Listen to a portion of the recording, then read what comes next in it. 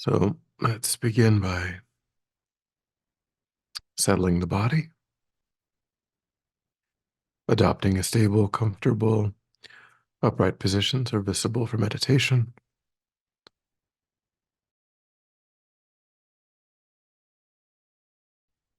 We think about keeping our feet flat and our back straight, torso open, hands in the lap right over left with the palms upturned and the thumbs gently touching. Our eyes are gently closed or slightly open, making sure we let in enough light to remain alert. We try to maintain an awareness of not slouching, not leaning. We also let go of any unnecessary tension or rigidity in the body, relaxing into a stable, comfortable, upright position.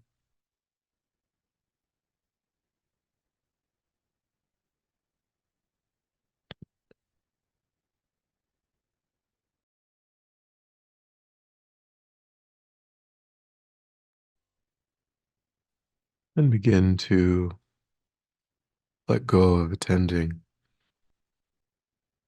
to the outside world, allowing sights and sounds to be as they are without investigation, constraining your awareness just to the body and mind.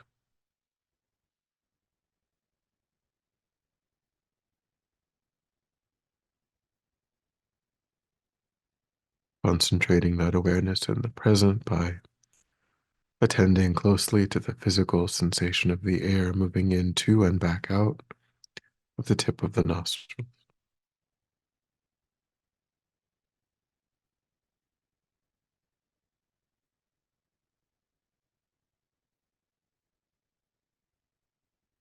Noticing quickly when anything other than that one physical sensation is arising in the mind, and without judgment or frustration, lifting your awareness up from those distractions and placing it gently but firmly again and again on the breath.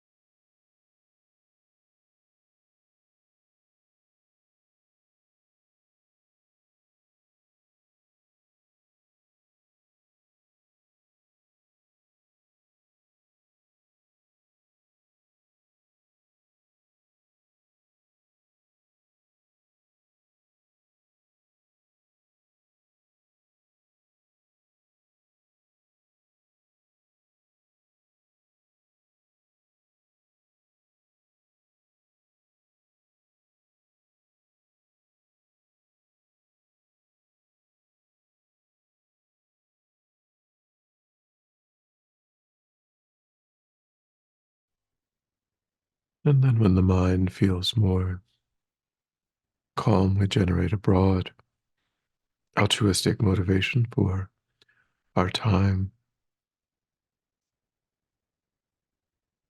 trying to use this time to establish and to deepen our familiarity with positive, constructive, virtuous states of mind,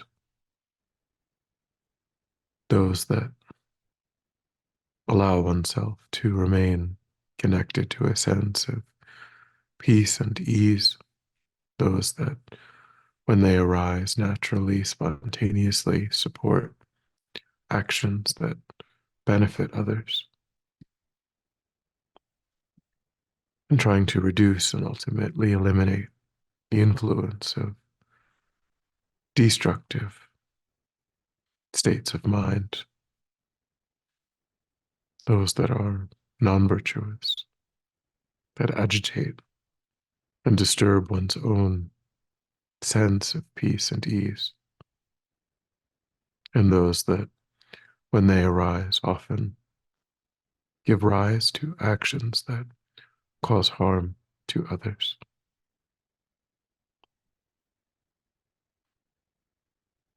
Recognizing that this process of inner transformation is the best way in which we can work for the benefit of others, genuinely becoming someone capable of naturally, spontaneously being of benefit.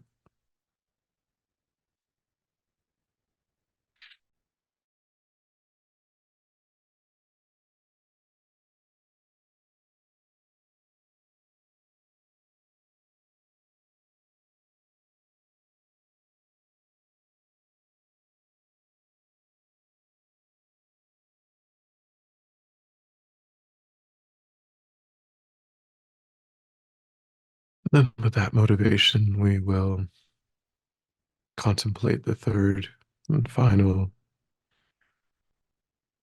major category of the 9 point death meditation. We've previously contemplated the certainty of death, which gave rise to the desire to engage in spiritual practice. Then we contemplated the uncertainty of the time of death, which gave rise to the desire not only to practice, but to practice now, to avoid putting off, delaying our practice, thinking that there's always more time.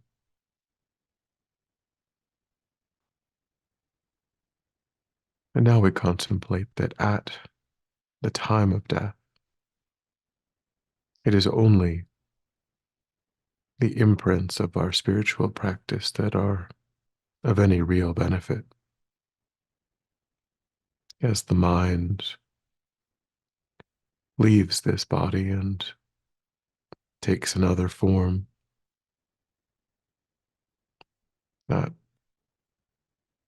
training, those imprints, is all that remains.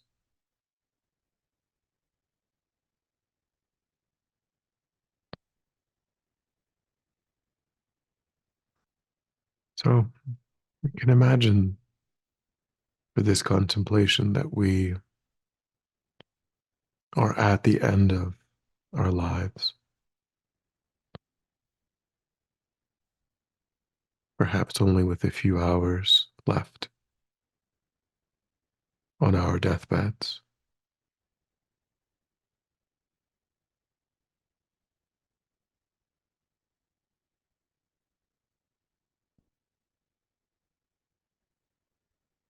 So at that time, it's likely that some friends, some family would be gathered around us.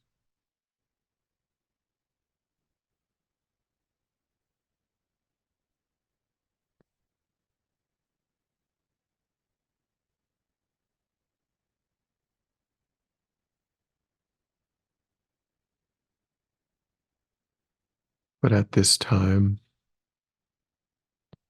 as the mind is becoming more and more subtle, withdrawing from this world, this body, even if we are surrounded by family, loved ones,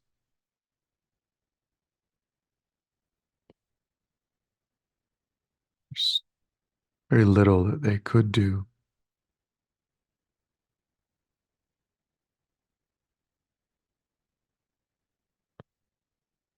The way that the mind will navigate that process will depend on the depth and breadth of our familiarity with virtue,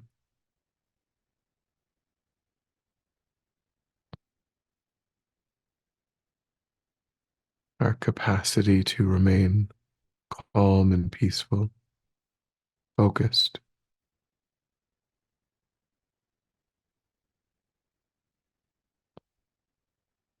will be the result of the culmination of our spiritual practice.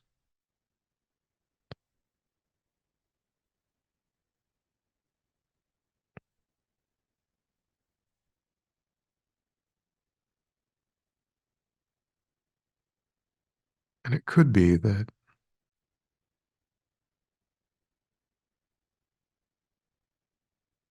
at this time, strong attachment to wanting to remain connected to those friends, those family members could even agitate the mind.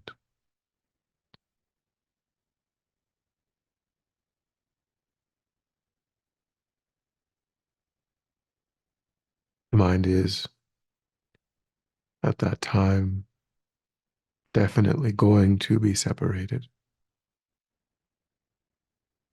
from this life.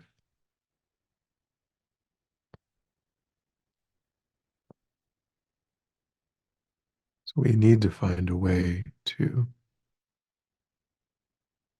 reduce that clinging that might serve as an obstacle.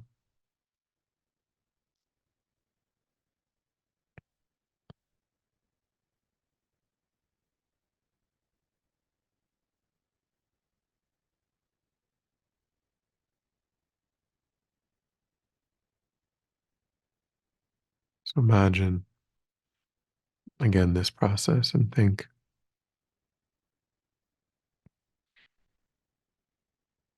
that at this time, even my friends and loved ones are limited benefit, and my attachment to them could arise as an obstacle. So I should work on not reducing love and compassion, but reducing clinging attachment,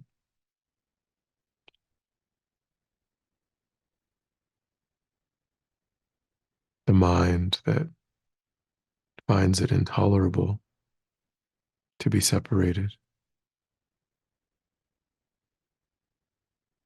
from those that we love, benefit from.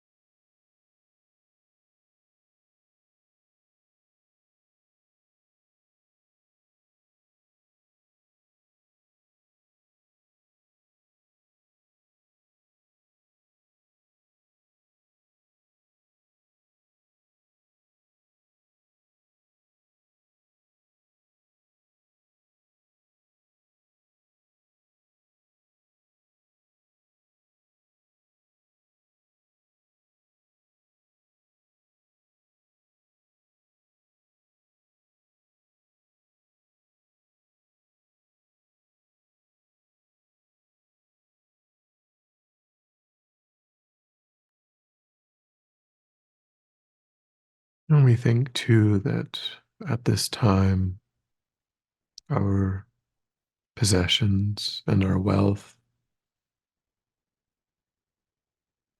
is of no benefit, regardless of how much we have in the bank account,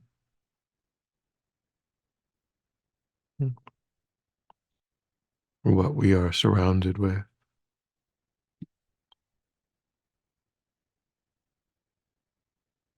There's no use for any of that during the death time.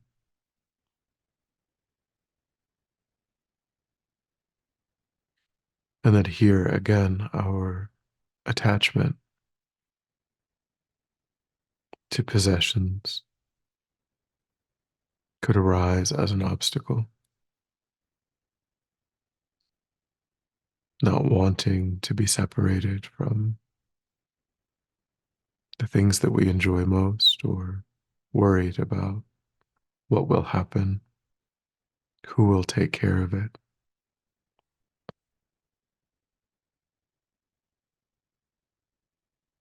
Those thoughts could agitate and disturb the mind at this critical time.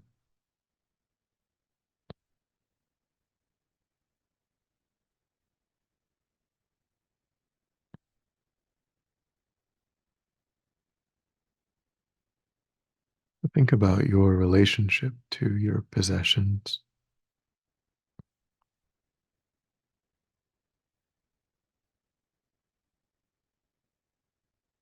And think about having a plan for avoiding any attachment at the time of death,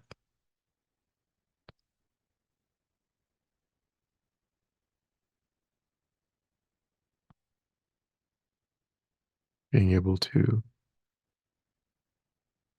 think of all of that as belonging to others, no longer one's own, giving up any relationship to it.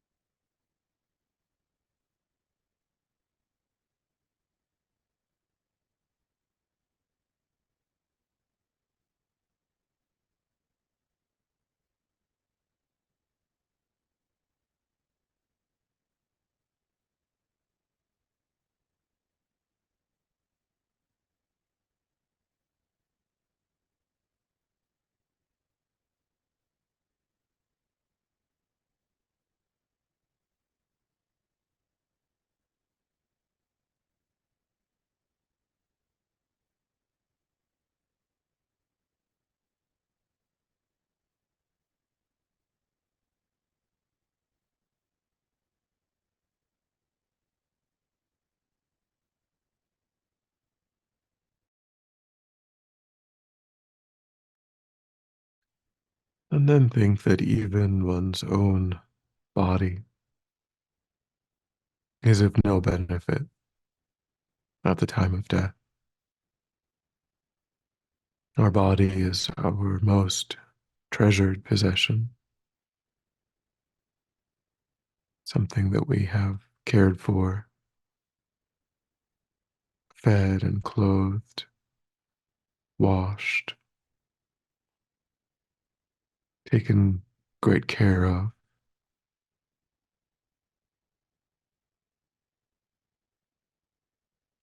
the thing that we most closely identify as being oneself. And yet, at this time of death, the mind will separate from the body.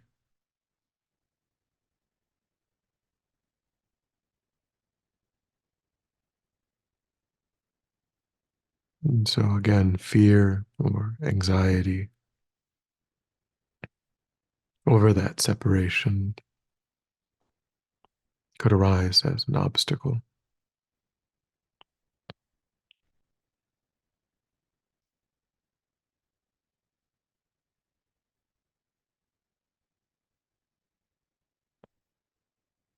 And kind of attachment in the face of something that is inevitable can only be something that makes that process more difficult.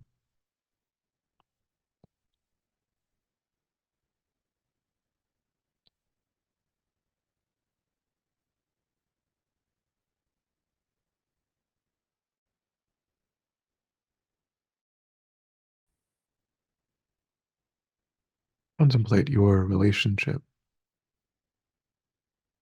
to the body, recognizing that it will change.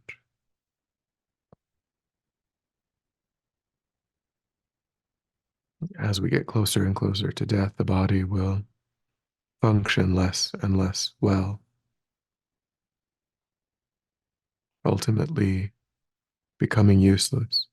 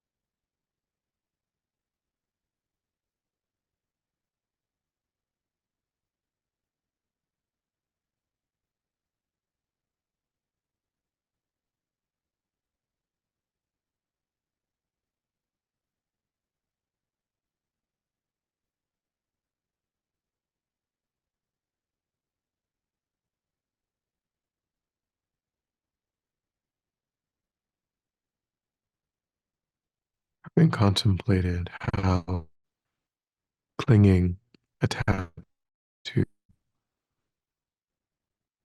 friends and possessions and even the body are all obstacles to a peaceful,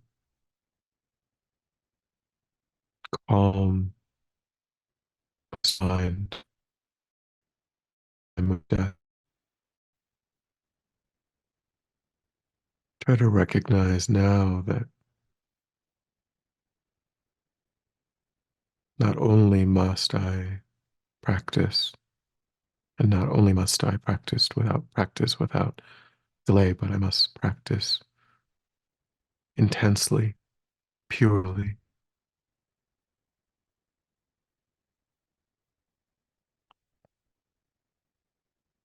I must take every opportunity to create familiarity with virtue and distance myself from non virtue as the content of my mind at the time of death is the only thing that I can rely on that will protect me.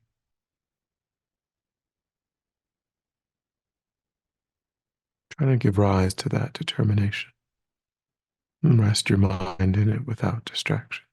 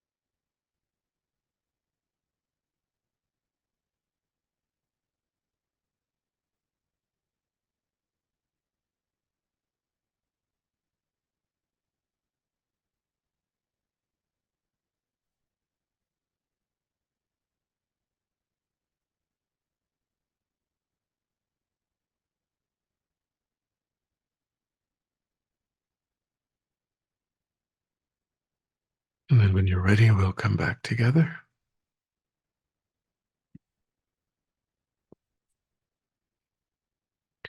We'll dedicate. So recollect your altruistic motivation and think that by having engaged in this contemplation, you've actualized that motivation, which has generated positive energy in the mind. And think that you freely offer the fruit of your practice, that positive energy for the benefit of all sentient beings without exception. Thinking strongly when that positive energy ripens, may it serve as a cause and condition to eliminate war and conflict, poverty, famine, disease, disasters, all painful inner and outer conditions. May it fully ripen the minds of all sentient beings. May they quickly meet perfect teachers and arise in the state of full enlightenment.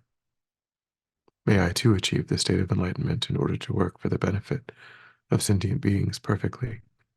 May any obstacles facing the Guru's long life be completely dispelled, and may I and all sentient beings in this moment come under the joyful care and guidance and enlightenment. May we be guided and protected until we swiftly achieve heaven.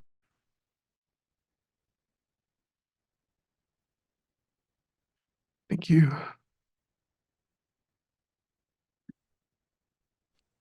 Thank you very much.